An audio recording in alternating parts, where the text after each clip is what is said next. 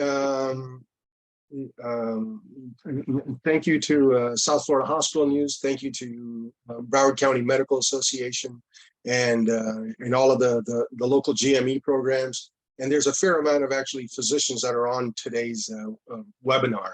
Some are fairly senior from what I can recognize and tell, and some are newer in their path in physicianhood. So so let's get started, and let me do share screen. 1 second. Can you guys see the presentation? Yes, Ben, we can see it. All right, fantastic.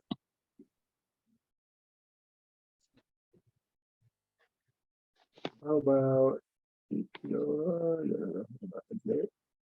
Hold on 1 second. Coming up on the wrong screen. Hold on. Coming up on the wrong screen. Hey, which one do you see? Do you see the front title? I see with his notes. Go from beginning. Click on start from beginning. Yeah, when I do that, hold on. Resume slideshow. Yeah, hold on 1 second. Hey, let me get my stuff right. Hold okay. On. Yeah, I tried to swap it out, but anyway. So with that, again, we want to thank everybody for coming on tonight, and make sure you do tell people about this. We host these once a month, usually the third Tuesday of the month. All topics are new, and we invite you to come in every month. And you'll see the links in our e-newsletter, the South Florida Hospital News e-newsletter that goes out on Mondays and Thursdays. Okay, Ben, I think you're ready to go. All right, we're ready to go. Yeah, so tonight's seminar is actually pretty packed. So I'm going to be going fairly fast, but today is really intended to be a overview of what to expect when you're going through mergers and acquisitions from beginning to end, and we'll talk about a couple of different models as we go through this presentation slides.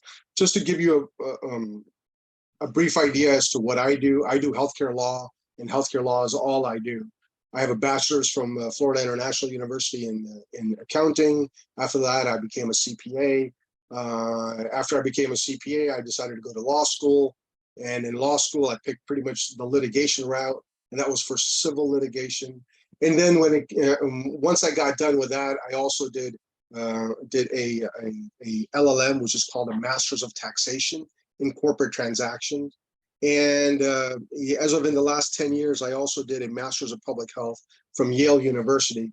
So I've gone to actually a fair amount of universities. I like to collect diplomas like people collect cars, but these are probably pretty expensive sort of hobbies, but I really enjoy it. I'm one of those educational types that just loves learning.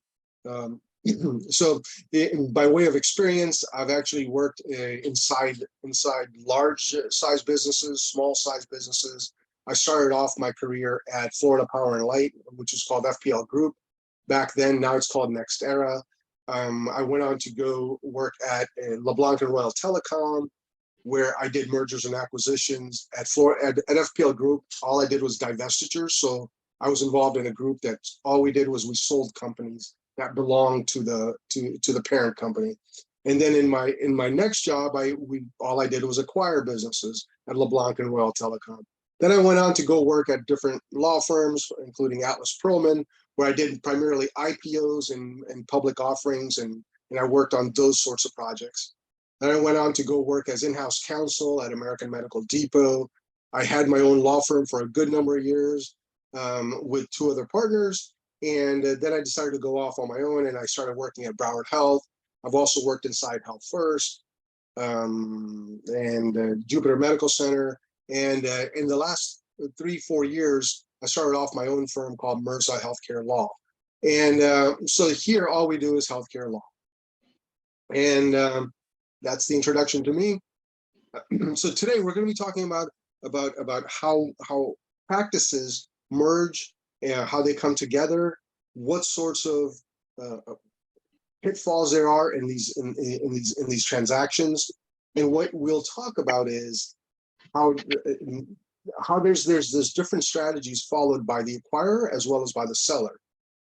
And I want you to kind of know that some of the stuff that I see physicians nowadays that get into these M&A deals, and they don't understand what the different classes of shares are inside companies, which is extremely, extremely important for you to know if you happen to be acquiring somebody, or if you happen to be the target, meaning getting acquired. So you got to really understand what classes of shares there are inside companies, how those shares can be diluted, what kinds of loans are in play, how they can be converted from loans to actual shares.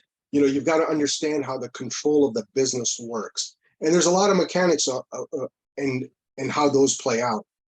So just remember, today's seminar is for informational purposes only.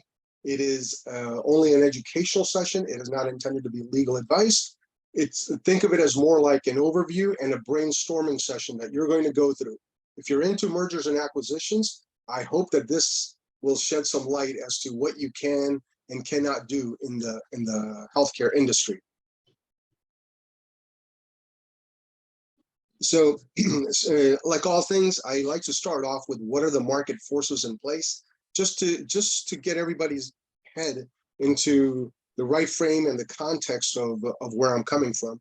First of all, let's start off with what's been happening lately. In the last couple of years, some of you may have seen Bright Health Group, Cano Health, CareMax. All of these companies did an IPO just in the last few years. They all did some pretty large size IPOs. Their valuations were anywhere between 800 million to 11 billion. Okay, so when like Bright Health did its IPO, it only did it for $1 billion. And when it did that, it went out at $18 a share. Now, guess what its price is today? 18 cents a share. You look at Cano Health. Cano Health was valued at $4 billion. It came out at roughly 16. It hit a high of, I believe, $16 a share. And today it's worth about $1.34 a share. You look at CareMax, similar sort of a story. Then there's the old companies that are out there, like Molina Health, United Healthcare, Humana. All of these companies are doing acquisitions. And as they do acquisitions, what they're doing is they're doing a roll-up of physician groups. So they'll go out and they'll start buying up physician groups, and they'll amass them into hundreds of physicians belong to this one organization. And then what they do is they eventually take it public. And that's really what the frenzy is all about, what the attraction is. People are looking to actually invest, let's say, $100 million and turn it into $1 billion. And many have been successful at that, and some have not. So this is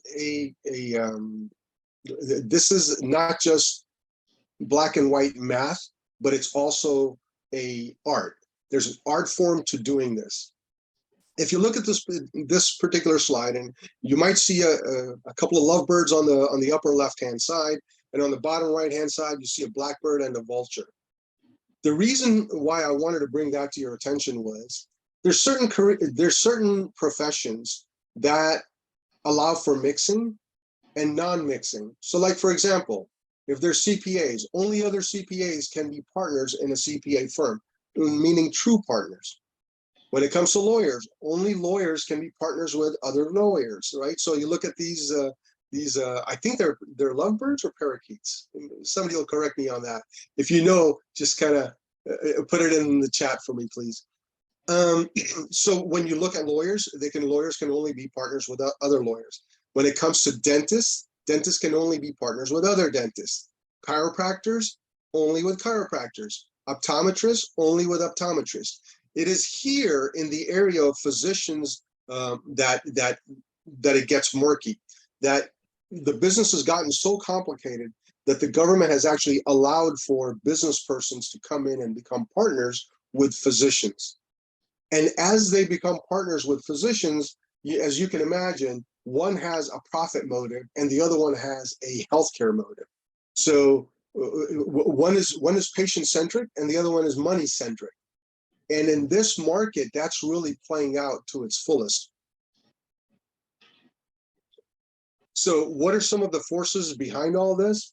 Well, they say the pandemic is fueling some of this. They say that many have predicted that hospitals would be laying off people. Some even in the Florida sector have said that instead of having so many different hospital systems that we have here, it may boil down to 5 to 10 large-sized players in the state of Florida. This is kind of leading to like low physician morale. It's also resulting in pent-up demand for patient services, because getting access to care has become more and more convoluted. At the same time, what the practices are seeing is that there's a shift in payment structures. So as you might recall, over the years, it's always been that the insurance companies are the ones who paid for the patient's services that they received from a physician's office. However, that's changing. The way it's changing is that they'll still pay for the patient who receives these services, but now it's turning into value-based care. So value-based care is not just a trend; it's really here to stay. And for those of you who may not be familiar with it, this might be one of those topics that you may want to pick up and start looking into: value-based care, value-based contracting, and value-based entities. So I merely say this just to kind of raise your awareness of the kinds of trends that are going on. With that said, let's actually delve into the materials. Today, we're first going to talk about the different types of acquisition models, and we're going to talk about another model called the MSO setup. The MSO setup is literally a different way of acquiring practices without ever acquiring it. It's a very different model. We'll talk about that as well. We'll talk about the M&A timeline, and we'll talk about what's involved when you purchase or sell a healthcare business. So let's start off with the different types of M&A transaction models. If anybody has a question, they're welcome to raise their hand. I'm happy to take the questions on the fly. Charles, you may have to help me monitor that, just in case. So anyway, first of all, let's start off with these three different types of acquisition models. Number one, there's the asset acquisition, which basically means that the buyer only comes in to buy the assets of a business, not the name of the business, not the company, not the shares of the business, but only the assets of a business. And for those of you that have background in finance or lawyering, I see there's some lawyers on the line as well. You guys are probably pretty well familiar with these three types of models. Number one is the acquisition, asset acquisition. Number two is the stock acquisition. The stock acquisition is where one company goes out and buys the shares of another company. So they take both the assets and the liabilities along with it. In model number one, where it was just asset acquisitions, they usually do not take on liabilities unless they choose to. In model number two, where it's the stock acquisition, they take the good and the bad right along with it, meaning the buyer takes the good and the bad right along with it. And the third model is the joint venture or a partial equity model, which is two companies will create a joint venture where they will create a business for the benefit of both of them. But they still will not merge. What they'll do is they'll remain apart and separate, but they will actually do a joint venture. So that's a third model type that you may not have thought about, but it's out there. The fourth model type, and this is a mere argument on my part, which is I think that there's also what's called a MSO model, the management services model, where what they do is they leave the healthcare business alone. They come up with a separate management company, and the management company and the healthcare services business, they coordinate their activities back and forth. With that, what you have is a professional corporation with physicians in it, and then you have a long-term contract with a management company that takes on the day-to-day operations. Now, the management company can take on responsibility to a small degree or to a large degree. It can really vary. I've seen it all over the place, where they might only take on one function, and the one function might be just to provide contracting services, or they might take on everything, which may be the leasing, the employees, the technology, and all of the ancillary stuff that comes with running a business. However, what they'll do is they will leave the professionals in the professional corporation not to actually upset the apple cart, because a lot of physicians like their autonomy, and this is a nice, clean way of doing that. However, it comes with its own perils too, and it has its own hooks. So here is a MSO model. It's basically set up like this, where on the right hand side you see that there's physicians involved. There's a business that's been set up, and there's payers, meaning the health plans. The health plans will pay the business will pay the physicians. Simultaneously or congruently in parallel, there's a management services company. Off here to the left, you'll see that there's a management services company. But do know that ultimately, whatever happens here to the patient, the physician is the one that's ultimately going to be responsible for that. So if there's going to be any sort of a MSO model or an MSO structure, there has to be friendly physicians on one side and a friendly management services company on the other side. And they often will have a restrictive stock transfer agreement, meaning like the management services may even get like the first right of refusal. And sometimes I've even seen where, let's say in a Humana contract, there might be a first right of refusal on part of a company, on part of Humana to buy out a physician practice. So you got to watch these clauses, how they play back and forth. But this is just the MSO model. Now, keep in mind, in this MSO model, the physician is still responsible for a lot of things. Number one, clinical decision making. They're still responsible for making sure or ensuring that the patient medical records are kept intact and confidential, and that and if it ends up becoming the MSO's responsibility, they have to ensure that the MSO is doing all the right things to make sure that the patients are their privacy rights are protected. Similarly, if a MSO is doing billing, the physicians also have to make sure that the MSO is doing billing properly, because it's the physicians that are ultimately responsible for the billing, because they're the ones who initiate and ultimately sign off on the billing. So there's a lot of hooks in this. If you notice here to the left, there's a lot of hooks in this. So what companies have done as they get larger and larger, they will create what's called a compliance department. And the compliance department will go around and make sure that all the rules that are supposed to be followed are followed. And in part, that includes these 3-4 hooks that we list on these slides. Now, the compliance departments will do a lot more than just this, but this is a part of what they also keep an eye on. So what can go wrong in a MSO structure? Many things can go wrong.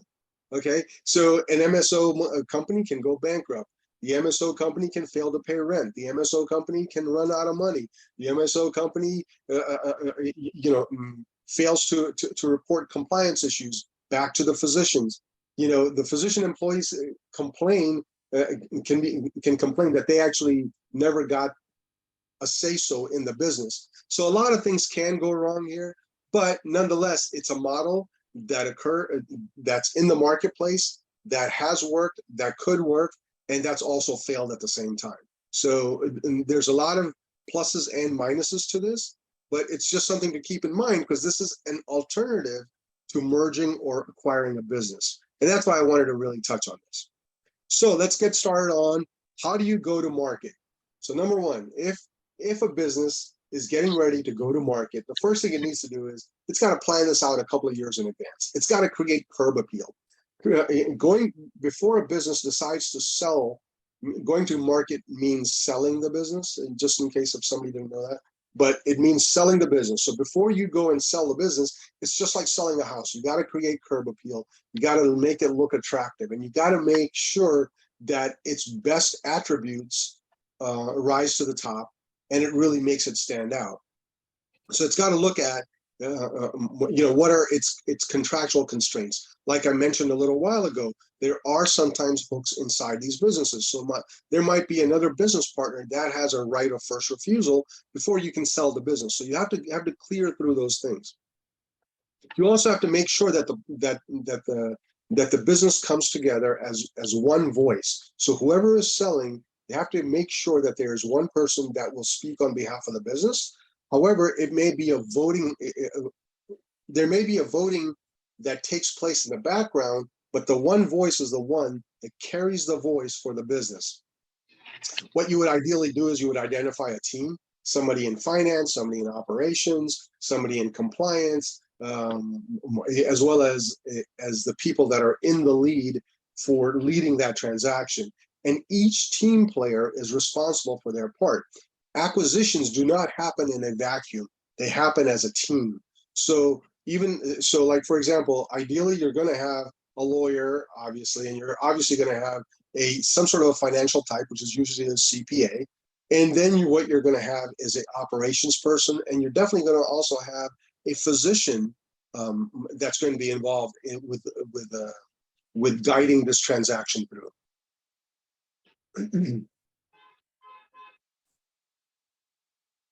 So now there's a whole list of due diligence checklists that I actually also have a ton of.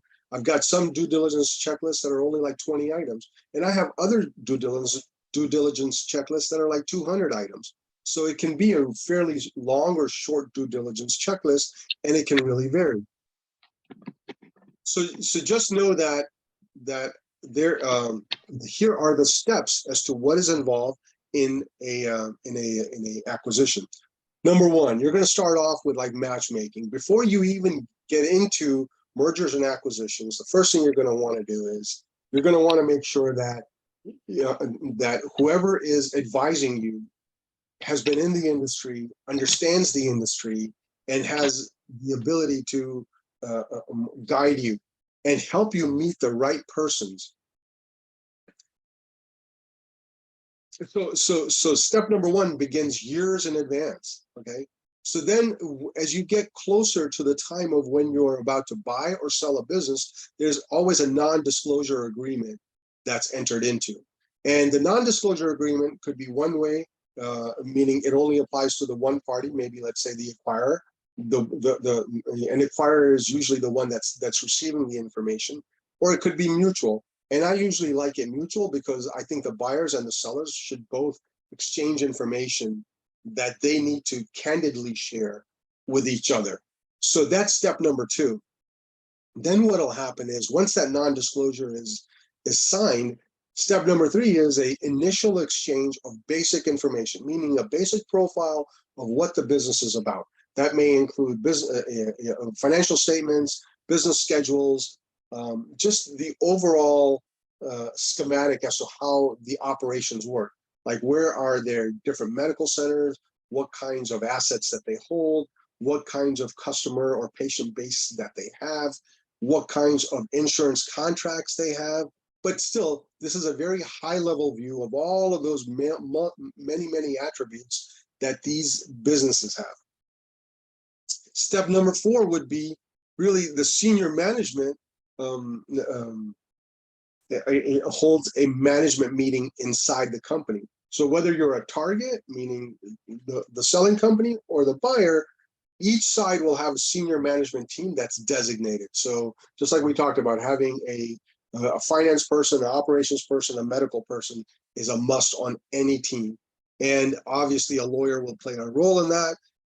And so then what'll happen is these senior management teams will get to know each other, and they will find out from the buyer side and the seller side who is doing what and who's responsible for what. And as they get to know each other's roles, that's who the counterparts will talk to. So meaning like the finance people will talk to finance regarding the financial stuff.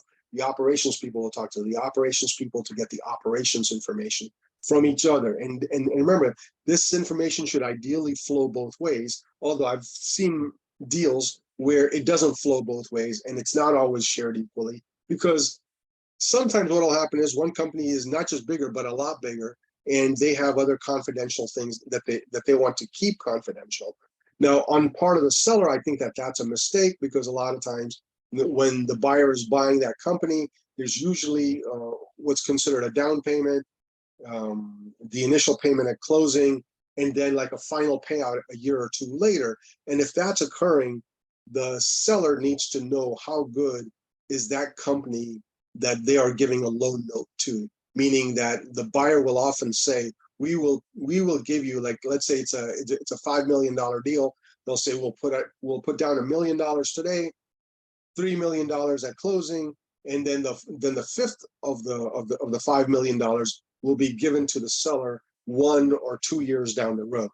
So if that seller is really interested in picking up that last $1 million, they better get to know who the buyer is. If they don't know who the buyer is, it not only can, it often does become problematic, because there's a rule that every older businessman always says: don't ever make a deal with someone you can't trust. And it doesn't matter how good it looks on paper. If you can't trust them, don't make the deal. So that's why I say that it's really important for senior management to get to know each other, because it's really important for both sides. So then step number 5 is the due diligence part. The due diligence side of it is you have to take a look, and you have to create your own checklists, or you can actually take an already pre-existing checklist and customize it to your particular situation. Then what you have to do is you have to take a look at who is the right person for that task, and then you assign that task to the individual that would have the highest level of knowledge to be able to decide on that particular item. So in this case, for example, if you're looking at the finances, you would go to the CFO, and CFO would be the one who would be assigned the ultimate responsibility of deciding on the financial statements of an organization. And same thing with like their medical protocol. So like the chief medical officers of a business would be the ones that would talk to each other, and the chief medical officers would be the one to make sure that they iron out the details of what their medical protocols are. This is the next phase. So then what will happen is there will be a exchange of documents, right? So what we talked about from this due diligence list in step number 5, then comes step number 6, which is the actual exchange of the underlying documents. So once that is done, there's also a letter of intent. Sometimes the letter of intent can come first, and then there's an exchange, or sometimes there's an exchange and then there's a letter of intent. So it can vary. These steps are, the way I presented these steps is generally the flow of the deal. They don't always happen in exactly that step form fashion, but chances are they will, okay? So then comes what's called a letter of intent. And a letter of intent is very tricky, because the letter of intent will have in it legal clauses and provision as to what makes a deal and what breaks a deal. And both of those terms are very important to each side.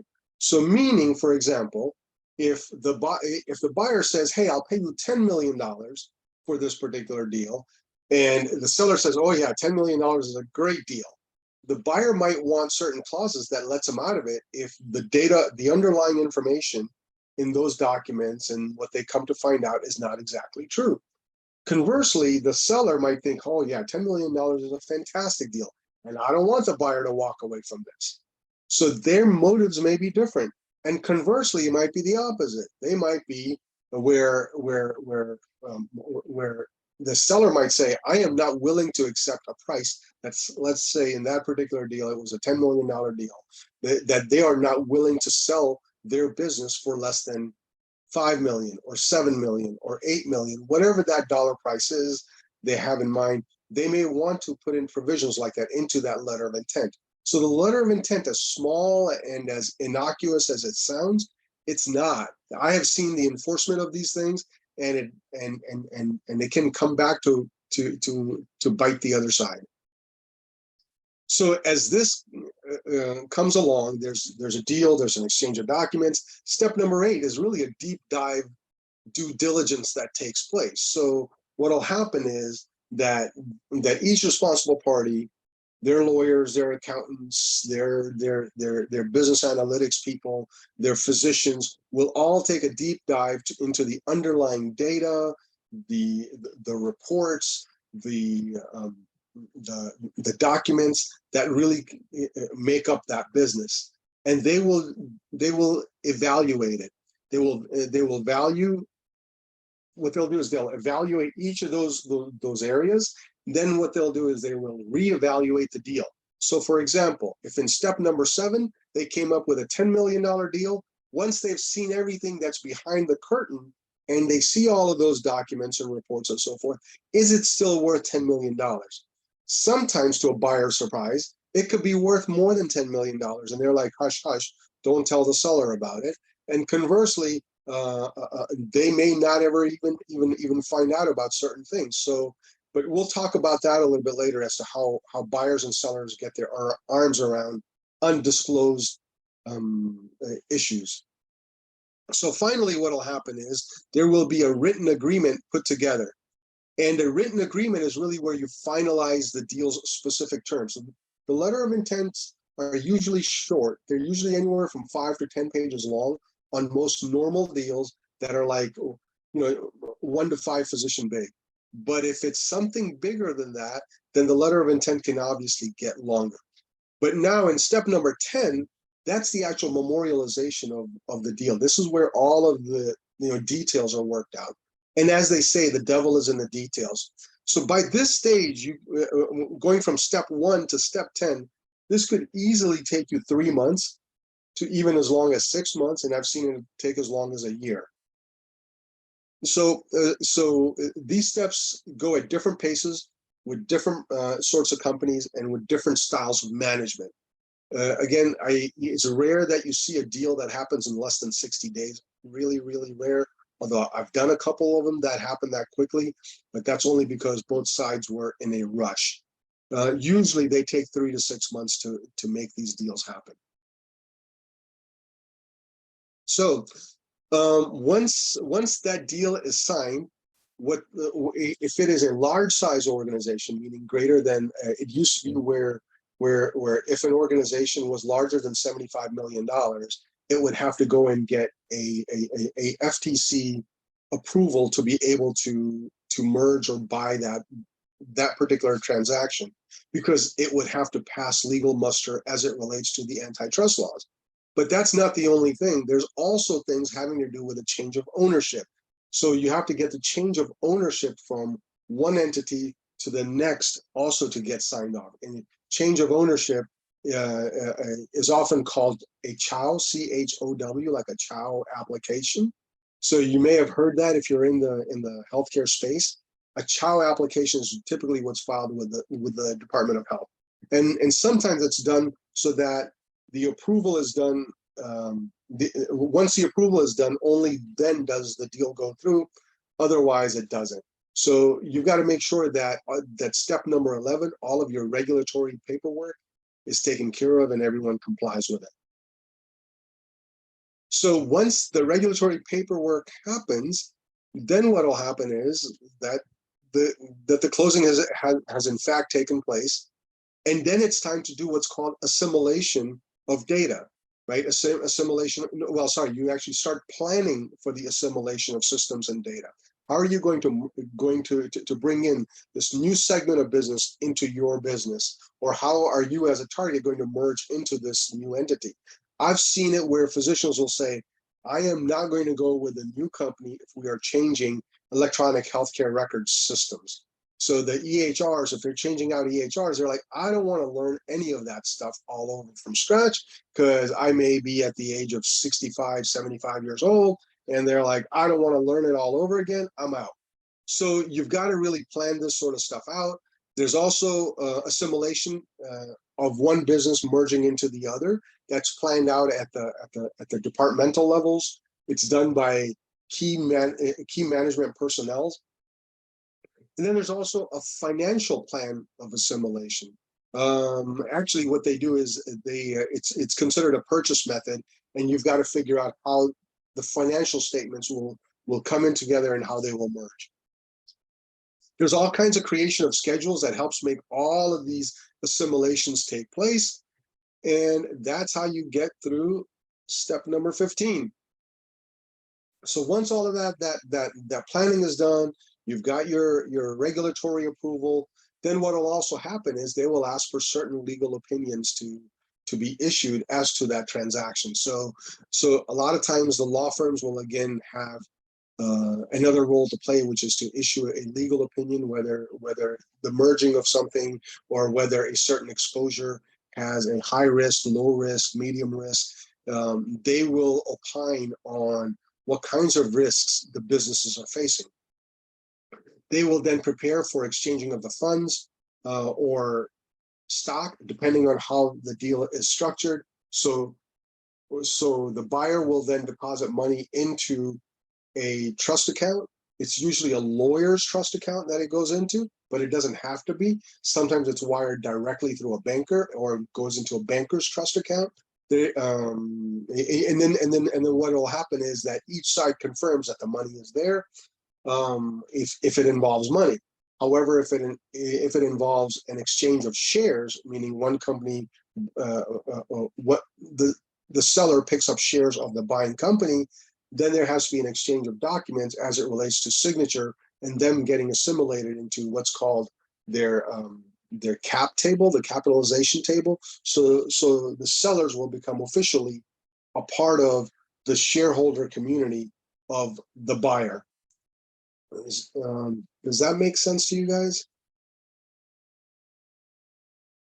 Okay. Then step 18 is really when the closing takes place. That's when you've got to make sure that there's a bill of sale, that there is a change of stock ownership that's taken place, and that all of the deeds and titles related to the transaction are recorded, including if there's a merger, you got to make sure that the merger is recorded in the right books and in the state records and the division of corporations. So it really, this is step 18 is really where the closing happens. But then in step 19, what happens is that you start to actualize all of the planning that you've been doing. So what'll happen is the patient base will then carry over into the new system, meaning all of the patient information. The financial records will go from the one system to the next system. The ERPs, the management programs that are used for like scheduling and project management, they also get assimilated and merged into the new company. All the while, you have to make sure that the patient's perspective in this is always being looked out for, because the patient's perspective could actually mean a reduction in the number of patients that transfer over to the new business. So what will happen in that is you've got to make sure that the branding stays on top of it. So like, for example, let's say Dr. Smith sells his business to a large size company, ABC. As Dr. Smith sells that business, you've got to make sure that the patients start to recognize company ABC as the new owner of that clinic, and that Dr. Smith is still there. So you've got to always keep in mind the patient perspective. So the reason why I say this is because you may want to work out some of those pointers way early on in your deal. You might need Dr. Smith to stick around for 6 months or a year or 2 years, because that will help ensure that the patients also carry over. If Dr. Smith does not stick around, the likelihood of those patients also moving are lessened, right? So that's the patient perspective. Now, I'm going to take you back a little bit and let's talk about the importance of tailored checklists. Remember that there are many types of healthcare businesses. So there are health systems, meaning like health systems like a Broward Health, a Jackson. They own all kinds of hospitals and urgent care centers and doctors' offices and different types of foundations and so forth. So the due diligence for an organization like that is very different than it would be for like what I just explained to you, a Dr. Smith selling his business to company ABC. There's also a difference between for-profit acquisitions versus not-for-profit acquisitions. Under not-for-profit, technically it's not really an acquisition, but they do a merger. So instead of swapping money, what they do is they swap board seats or the control of the companies between each other. And that's how, and then there's always some level of funding that goes into the future project. So like Like in a nonprofit scenario, first of all, there's no such thing as nonprofit. Just you might chuckle at this, but in my world, the way I see it, there's no such thing as nonprofit. However, if somebody deems themselves to be a nonprofit, they do have to follow those nonprofit rules. And with that, the exchange of value is done very differently. So it's no longer an exchange of shares, right? Because in a not-for-profit institution, there's no real exchange of shares. And if you gave money, who would you give it to? There's no shareholders, right? So a not-for-profit is dealt with very differently. A physician practice, which is the one that I've primarily been focusing on, it has its own due diligence checklist, and that's also very different. There's what's called an ACO checklist. There could be an MSO checklist, hospital affiliation checklist, a home health entity checklist, pharmacies, labs, therapy practices, labs like, for example, Quest Diagnostics or LabCorp. These are all laboratories. But then there's a lot smaller ones too. There's a ton of small laboratories that are out there that do blood testing. There's also pharmacies. There's a major pharmacies, the CVS's and the Walgreens. But then there's a lot of small pharmacies that are not just pharmacies that distribute regular drugs, but they also do compounding. So there's a whole assortment of businesses out there that you've got to really look out for as to who is in control and who is selling and who's buying. And with that comes a very specific and custom tailored checklist. So what does a custom tailored check, what is the basic makeup of a due diligence checklist? And in this, I give you really just 14 pointers, and just know that to expect these.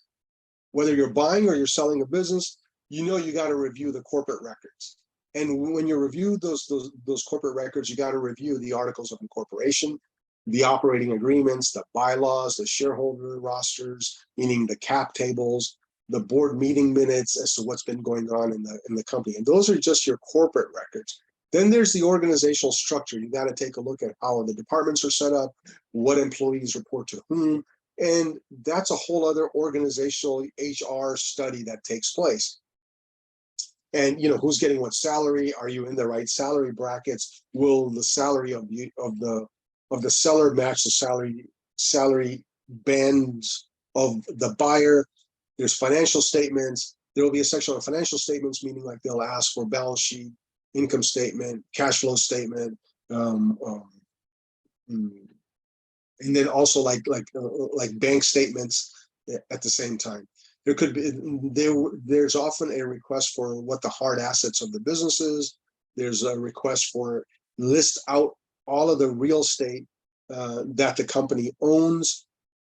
Often the parties are asked to disclose what their equipment leases are, what their vendor agreements are, and even share with the buyer the managed care and insurance contracts.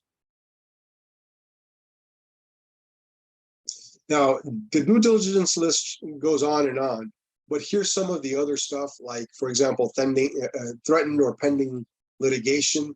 That's often a question that shows up. Not often, it's almost always on there. There's also licensing and credentialing information requests that are made, like show us your licenses. There's even do you owe any sort of debt? Is there any sort of a bond that's been taken out?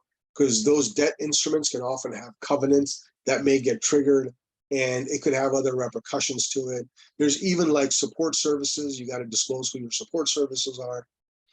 And last but not least, the staff qualifications and the related employment contracts that travel with those individuals.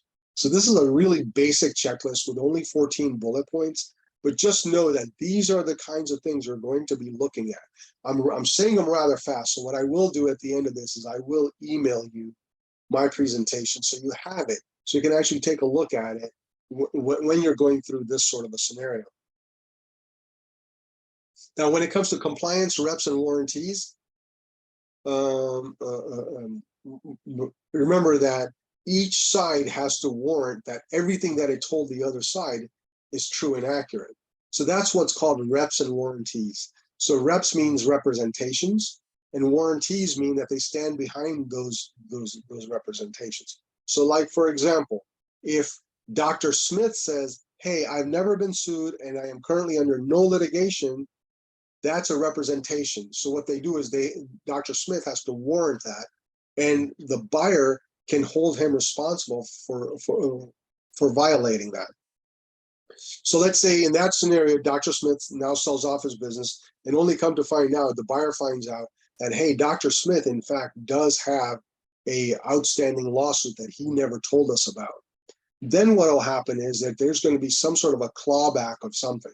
In these purchase sale agreements that are often executed, there's always some sort of a remedy for clawing back some of the money for any sort of undisclosed liabilities that were not listed up front.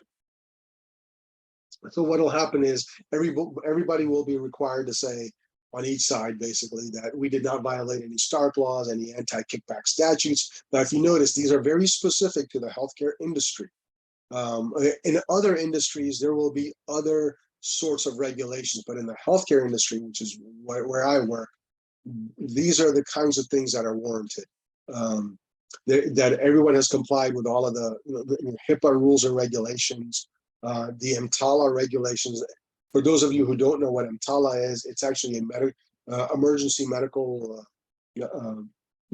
procedures that often hospitals have to take, meaning that they cannot turn down a patient that shows up at the hospital door in case of emergencies, and especially if their condition is unstable. The only way they can actually turn someone down is if they are in a stable condition. So if somebody shows up to an emergency room, it's really hard for a hospital to turn down that patient because the patient is coming in with some sort of an emergency. So these are the kinds of compliance issues. These are all now regulatory compliance issues that we're talking about. You know, there will also be reps and warranties regarding tax filings, that all of the tax filings you did were true and accurate. And that if you ever filed for any exemptions, that they were accurate. That the financial statements that you gave to the buyer are also accurate. So these reps and warranties get all put into the purchase sale agreement, and the person at the bottom who signs it represents that they warrant that those representations are true and accurate. But that's how you do that. The next thing is there will be regulatory filings, like there will be in the space of healthcare. There's what's called a certificate of need. Before some of these hospitals merge with each other, there's a certificate of need and licensing requirements that has to be reviewed, filed with the state, and you have to get all of those things approved and make sure that the seller has complied with these regulations in the past. There's also what's called a Medicare change of ownership. That's a different sort of a chow. There's a state chow, there's a Medicare chow, there's several different types of chows, and definitely at the state and at the Medicare level. There are DEA enforcement administration sort of things that may be pending. A lot of these healthcare businesses have DEA subpoenas. They have certain DEA requirements that they are if they store controlled substances on premises, they have to follow the DEA regulations. There's even the Federal Communications Commission, meaning like if you have a hospital that has a wireless walkie-talkie sort of a system, they may be assigned some sort of a assigned frequency. So some of those things will also have to get approved by the FCC. So there's a lot of regulatory filings that can be there. There's even the Nuclear Regulatory Commission for radioactive materials, licensing, meaning like some places actually keep radioactive material on site. That may have to get approved. Some places have helipads or airport or emergency transport airports, or you know how they do organ harvesting.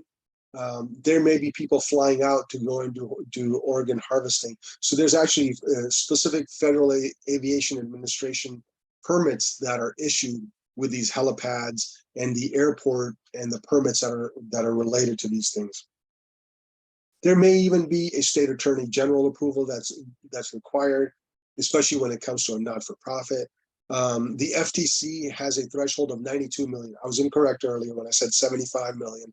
you also have to, any business that's worth more than 92 million has to go and get the Federal Trade Commission's approval to merge. So with that said, I think I've exhausted you guys probably through this really, really fast discussion on mergers and acquisitions. But if you have any questions, I'd like to take them on now. Now do keep in mind that the camera is on. And so maybe what we can do is we can stop the camera at this point, Charles, if that's okay with you. Sure, we can do that. That's not a problem. I'll go ahead and turn off the camera, and then people can kind of ask the questions. Okay, sure.